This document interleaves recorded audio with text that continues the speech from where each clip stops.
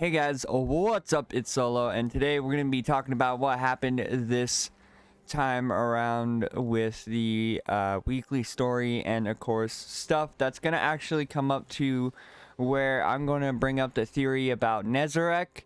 That will be out tomorrow because this is kind of informing you what happened. So basically this time around we got our normal starting, which is go to the helm and listen to someone talk from the holo projector. This time it was Miss Rex, and Miss Rex decided to tell us, hey, keep Ido out of everything. He doesn't want her to find out about his past, and that, you know, he just wants her to not go into this dark past that he has, which we don't know really much about. All we know much about is that Miss Rex was part of House Judgment at one point, and then before that it was the Weavers. So that's all we really know at this point from lore books and everything.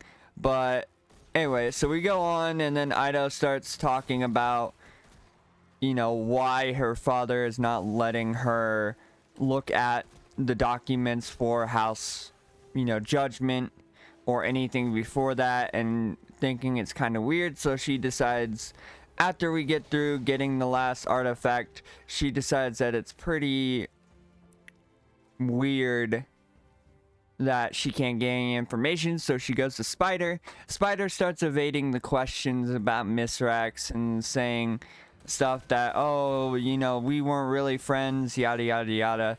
Anyway, so then as he's talking to Ido, trying to basically dodge the question until finally he seems like he's about to open up about it, Miss Rex pops into the room and basically says he'll have his tongue if he says anything more about the subject.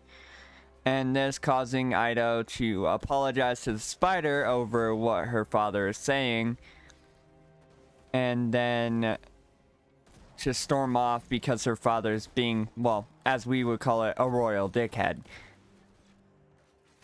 But anyway, so as it goes on, the Spider is told by Miss Rex never to speak to his daughter again, and then Spider talks about the fact that if it's not him, it'll be somebody else, and he knows of someone else who does know about Miss Rex's past. And if we can go on hinting and, you know, what this season has kind of been centered around, we can make a logical guess that the other person who knows about Miss Rex is, of course, Aramis, who is the main kind of villain of the season who's trying to collect these artifacts.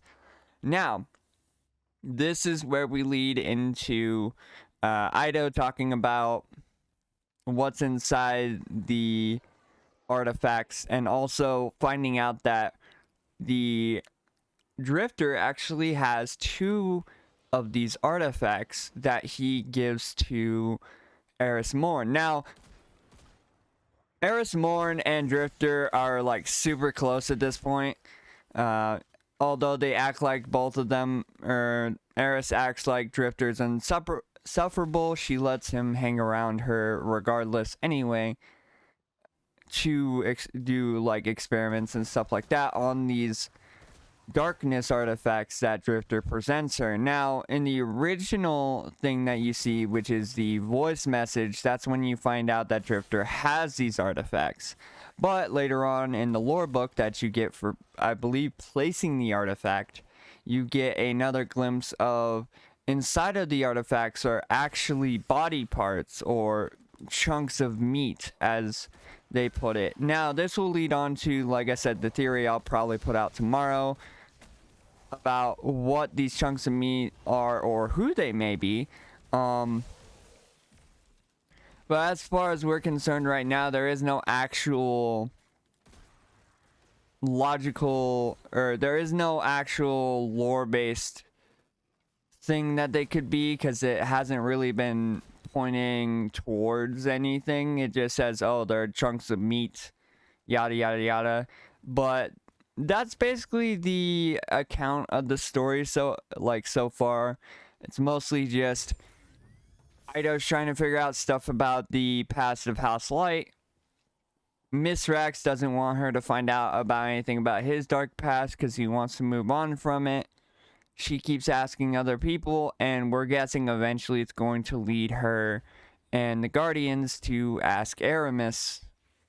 And this is when we'll probably find out about what happened to Mithrax during the time that we don't know about. And yeah, it's an interesting thing because a lot of people are guessing this is going to lead to either somebody dying, because it seems like everybody keeps asking for somebody to die every season. Ever since Forsaken happened, people are just waiting for the next person to actually die. But the popular theory right now for this season is that one of the Fallen are gonna die and be born again as a Lightbearer. That is the popular theory right now as far as it goes.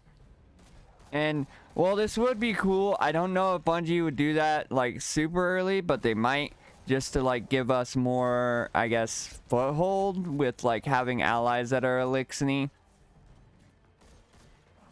But who knows? You know, you can never know when or how something will happen.